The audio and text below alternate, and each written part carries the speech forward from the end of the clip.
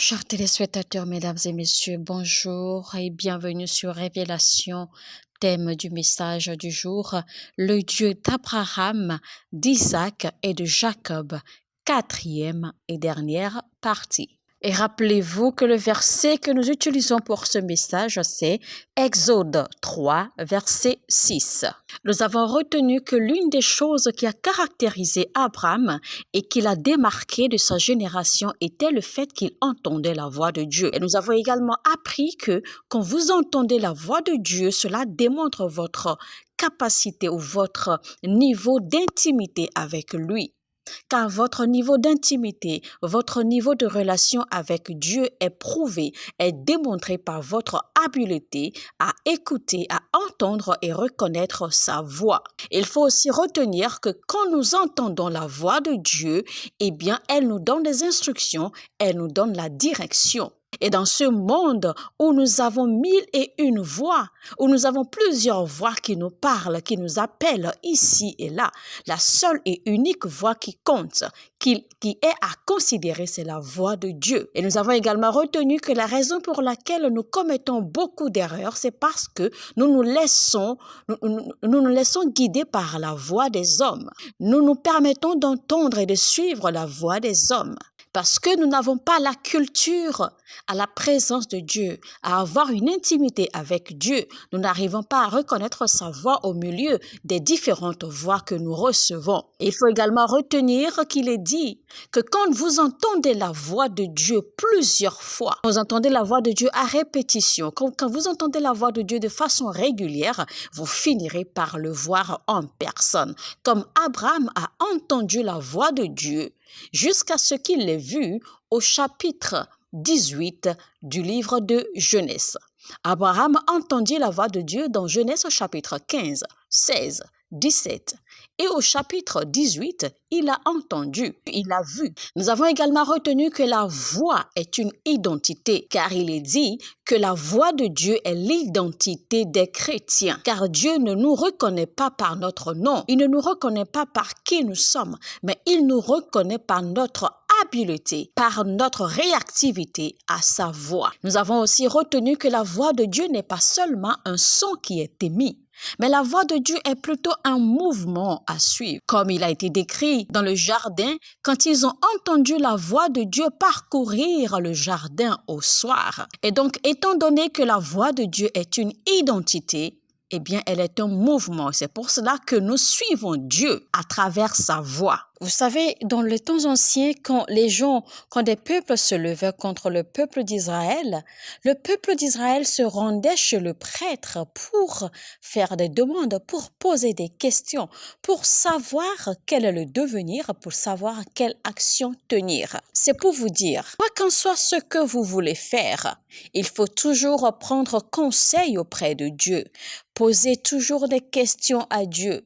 Demandez toujours l'avis de Dieu avant de prendre vos décisions, avant de poser des actions. Présentez-lui toujours les situations qui se trouvent en vos mains avant d'agir. Mais le problème que nous avons est ceci. Comment vais-je prendre conseil de Dieu si je ne connais même pas sa voix? Et quand je ne peux même pas entendre sa voix, comment vais-je alors lui parler? Comment vais-je lui présenter les situations? Comment vais-je entendre la voix de Dieu? Apocalypse chapitre 1, verset 10. Je fus ravi en esprit au jour du Seigneur, et j'entendis derrière moi une voix forte, comme le son d'une trompette.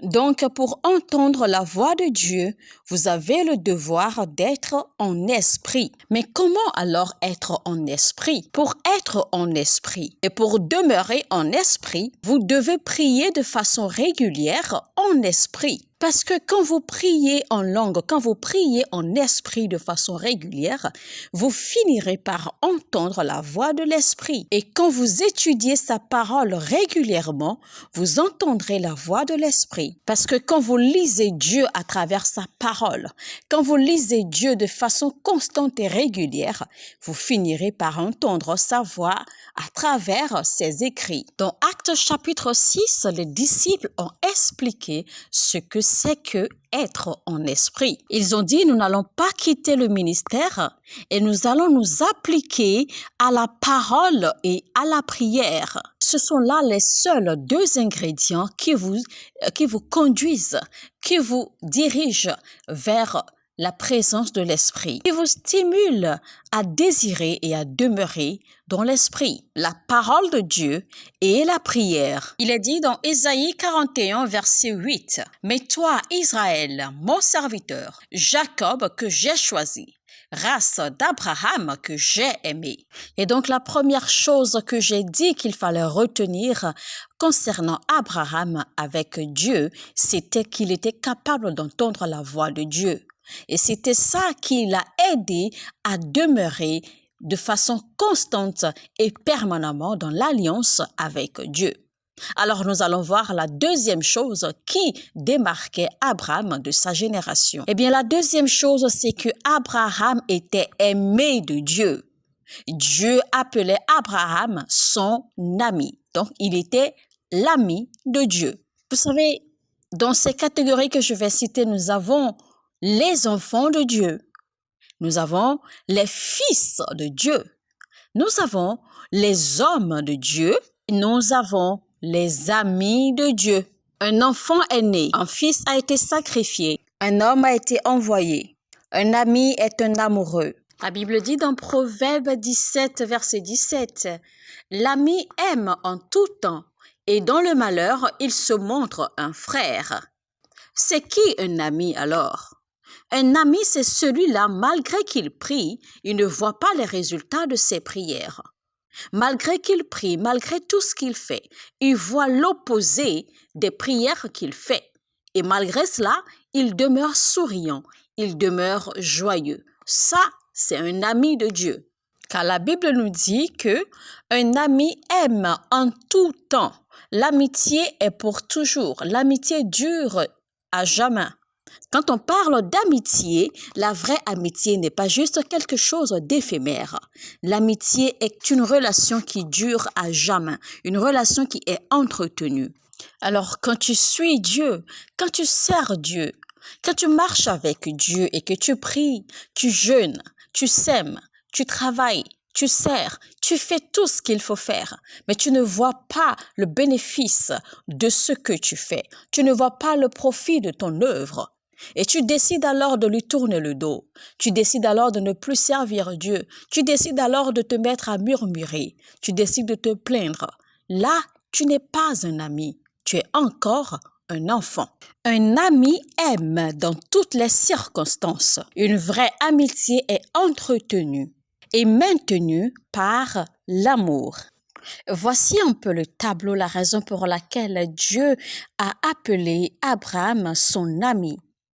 Quand Dieu dit à Abraham de quitter la maison de son père sans rien, Abraham a suivi l'instruction de Dieu et a quitté la maison de son père. Quand Dieu dit « va dans telle direction, la terre où je te montrerai », Abraham l'a suivi sans poser de questions. Ce qui veut dire en fait que quand Dieu conduisait Abraham, Abraham ne faisait que suivre Dieu aveuglément, sans poser de questions, sans même être certain entièrement de la destination, de là où il allait aboutir. Mais et pourtant, il suivait Dieu. Il suivait Dieu malgré toutes les circonstances, malgré les batailles, malgré les combats, malgré les soulèvements qu'il y a eu après lui. Abraham a continué à suivre Dieu. Quand bien même la promesse que Dieu lui avait faite ne s'était pas encore accomplie, Abraham ne posait pas de questions. Abraham suivait simplement Dieu aveuglément, en toute confiance et en toute assurance. Chers amis, la vraie amitié suit sans poser de questions. La vraie amitié suit aveuglément.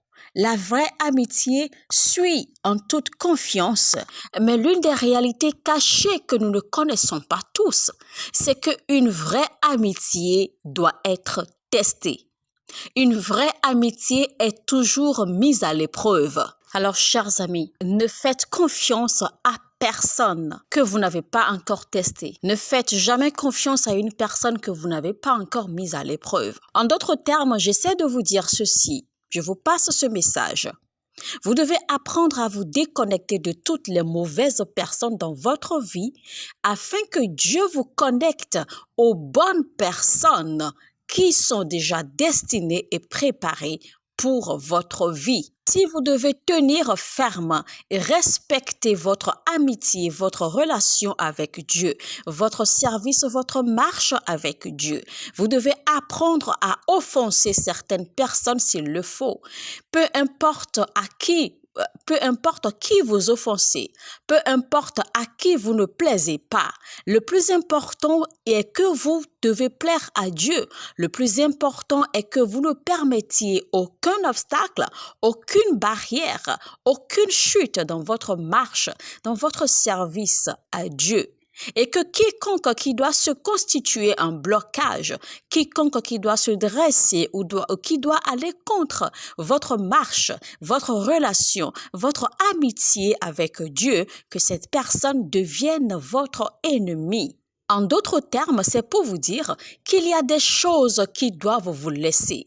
Il y a des choses que vous devez laisser. Il y a des choses que vous devez abandonner. Il y a des choses que vous devez laisser partir. Si vous voulez maintenir votre relation, si vous voulez être un ami de Dieu et maintenir cette amitié. La troisième chose que j'ai pu relever dans la vie d'Abraham, la troisième chose qui a fait que Dieu a aimé Abraham, l'a mis à part et a tissé une alliance avec lui et qu'aujourd'hui Abraham fait partie de cette alliance de Dieu et on jouit. C'est que Abraham évitait les conflits. Abraham évitait les querelles. Il évitait les dissensions, les disputes, les différends. Abraham dit dans Genèse 13, verset 8, Abraham dit à Lot qu'il n'y ait point, je te prie, de dispute entre moi et toi, ni entre mes bergers et tes bergers, car nous sommes frères. Et la Bible nous dit, les serviteurs, les servants de Lot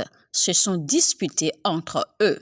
Ils ont eu des querelles, ils ont eu des conflits. Et voici ce que j'ai retenu de ceci. Ces disputes ou les conflits n'existaient pas entre Lot et Abraham, mais c'était plutôt entre les serviteurs, entre les servants. Alors je vais vous dire ceci. Faites attention à ne pas vous engager dans des disputes, dans des dissensions dont vous n'avez jamais été à l'origine. Évitez au maximum de devenir ou de vous faire séparateur entre deux personnes qui se disputent. Évitez aussi de prendre parti rapidement quand vous voyez deux personnes ou des personnes que vous connaissez se disputer. N'essayez surtout pas de faire le juge.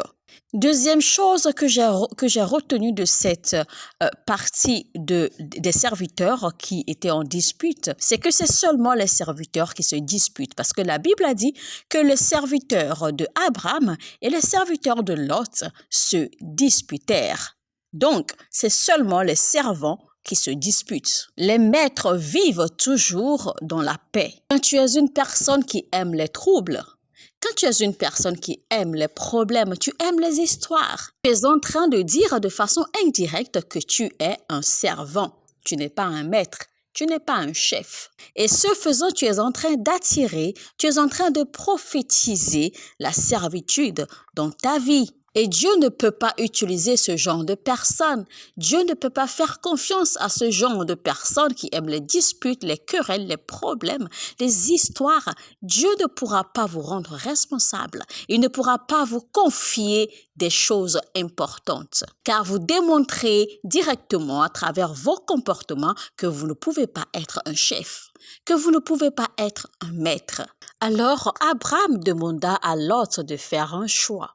Et c'est alors que Lot a choisi les bonnes terres, les terres fertiles, les terres remplies de puits d'eau, etc. Mais Lot ne savait pas qu'il était en erreur, car en réalité, la bénédiction ne se trouvait pas dans les terres. La bénédiction ne se trouvait pas dans une région, mais la bénédiction se trouvait plutôt en Abraham. La bénédiction se trouvait à l'intérieur d'Abraham. Lot aurait pu dire « Abraham, je te choisis ». Et donc, ainsi, automatiquement, tout ce qui appartenait à Abraham appartiendrait directement et automatiquement à Lot. Chers amis, ceci pour vous donner une leçon rapidement. Quand vous êtes sous une grâce et que la grâce vous donne l'opportunité, le privilège de faire un choix, ne soyez jamais décisif. Ne faites jamais un choix de quelque chose. Choisissez plutôt la grâce. C'est la grâce qui vous donne l'opportunité de faire un choix. Mais choisissez la grâce. Choisissez de rester avec la grâce. Parce qu'il y a des personnes, tant qu'elles sont dans votre vie ne peut jamais avoir de chute. Votre vie ne peut jamais avoir d'ombre. Vous excellez à des dimensions extraordinaires. Vous êtes en avance sur toute chose. Et vous êtes en avance sur tout le monde à votre génération. Évitez donc les querelles. Fuyez loin des problèmes. Car Dieu ne visite pas les lieux où il y a des disputes, les lieux où il y a des conflits. Alléluia. Mesdames et messieurs, ce sera donc tout pour ce message. Si ce message vous a édifié, alors partagez-le avec vos amis, vos proches. Envoyez ce lien dans vos différents groupes, sur vos différentes plateformes sociales et surtout, cliquez sur le pouce levé vers le haut pour nous indiquer que vous aimez ce message, que vous aimez les contenus qui passent sur cette chaîne. Ceci faisant, cela aidera YouTube à recommander ces messages et cette chaîne surtout à d'autres personnes afin de nous aider à toucher plus d'âmes dans le corps du Christ, car c'est notre but. Et si vous n'êtes pas encore abonné, ce n'est pas encore tard, abonnez-vous maintenant et activez la cloche de notification. Et sur ce, je vous dis que Dieu vous bénisse abondamment et à très bientôt.